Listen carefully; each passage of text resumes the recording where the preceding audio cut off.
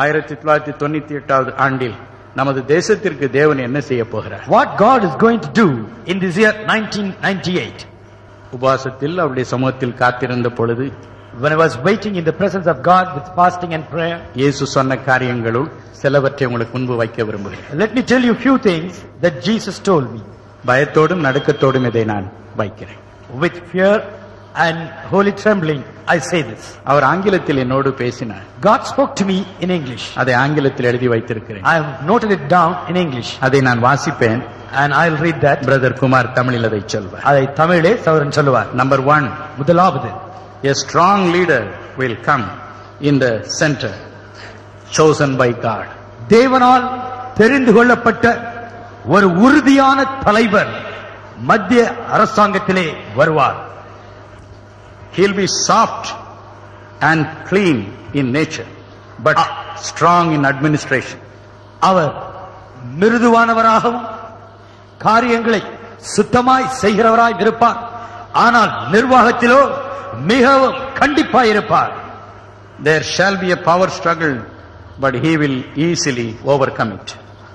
அதிகாரத்தை பிடிக்கும்படியாக ஒரு போராட்டம் உருவாகும். ஆனால் அவரோ மிக எளிதிலே அதிகாரத்தை பிடிப்பார். He will not very much care for religion.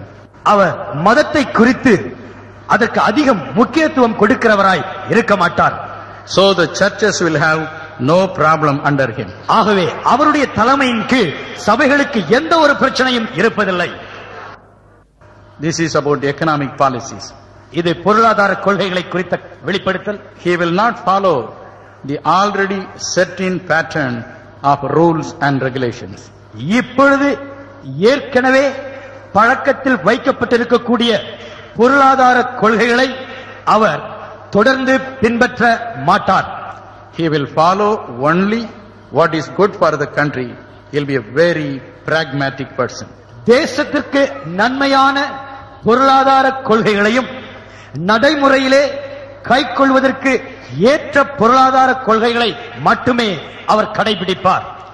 He will not be very familiar with matters concerning other countries. மற்ற தேசங்களை குறித்த வெளியுறவு சம்பந்தமான காரியங்களை குறித்து அவர் அதிகம் அறிந்தவர் அல்ல. So he will extend a friendly hand to all countries and try to please them in every way. ஆகவே எல்லா தேசங்களுக்கும் தன்னுடைய நட்பின் கரத்தை நீட்டி அவர்களோடு அன்பின் நல்லுறவை வைத்துக் கொள்ள முயற்சி எடுப்பார். All the other states in the country will fall in line with him and his pattern of ruling and thinking, and respond to him with respect. தேசத்தில் உள்ள எல்லா மாநிலங்களும் அவருடைய தலைமைத்துவத்திற்கு கீழாக அவருடைய செயல்படும் முறையை தங்களுடைய முறையாக எடுத்துக்கொண்டு அவருக்கு மதிப்பும் மரியாதையும் கொடுத்து அவரோடு ஒத்துழைக்கும். There will be an atmosphere of peace in the whole country as he has been chosen by God. அவர் தேவனால் தெரிந்தெடுக்கப்பட்டவராய் இருக்கின்றபடியினால் தேசம் முழுவதும் சமாதானமும் அமைதியும் நிலவும். He'll be very friendly and will be easily approachable to the minorities and the Christian leaders. அவர் மிக நட்பு உணர்வு உடையவராக சிறுபான்மை இனத்தவருக்கும் குறிப்பாக கிறிஸ்தவர்களுக்கும் மிக எளிதிலே சந்திக்கக்கூடிய பழகக்கூடிய நிலையிலே இருப்பார். Lawlessness will disappear from the country. தேசத்திலிருந்து சட்டத்திற்கு அடங்காத முரட்டாட்டத்தின் தன்மை முற்றிலுமாய் மறைந்து போகும். He will ensure that all his ministers also function efficiently. தன்னுடைய மந்திரி சபையில் இருக்கக்கூடிய எல்லா மந்திரிகளும் திறன் வாய்ந்தவர்களாக செயல்படும்படியாக அவர் காரியங்களை நிர்வகிப்பார். He will be in the hand of our God. அவர் நம்முடைய தேவனுடைய திரு கரங்களிலே இருப்பார். According to Proverbs 21 verse 1. நீதிமொழிகள் 21:1 படியே, the king's heart is in the hand of the Lord, like the rivers of water, he turns it wherever he wishes. ராஜாவினுடைய இருதயம் தேவனுடைய திருக்கரங்களிலே இருக்கிறது. பிரபுக்களுடைய ஆலோசனையை தேவன் நதியைப் போல தன் இஷ்டப்படி திருப்புகிறார். Now about the world. இப்பொழுது உலகத்தை குறித்த வெளிப்படுத்துதல்கள். United States of America will have lot of confusion and problem internally. அமெரிக்க ஐக்கிய நாடுகளிலே அந்த தேசத்திற்குள்ளாக பெரிய பிரச்சனைகளும் குழப்பமும் சந்திக்க வேண்டிய சூழ்நிலை வரும். 97 நமது நாட்டிலே குழப்பம் இருக்கும் என்று ஆண்டவர் சொன்னார். அப்படியே அது இருந்தது. அந்த குழப்பம் இப்ப அடுத்த வருஷம் அங்க போக போகுது. அவ்வளவு.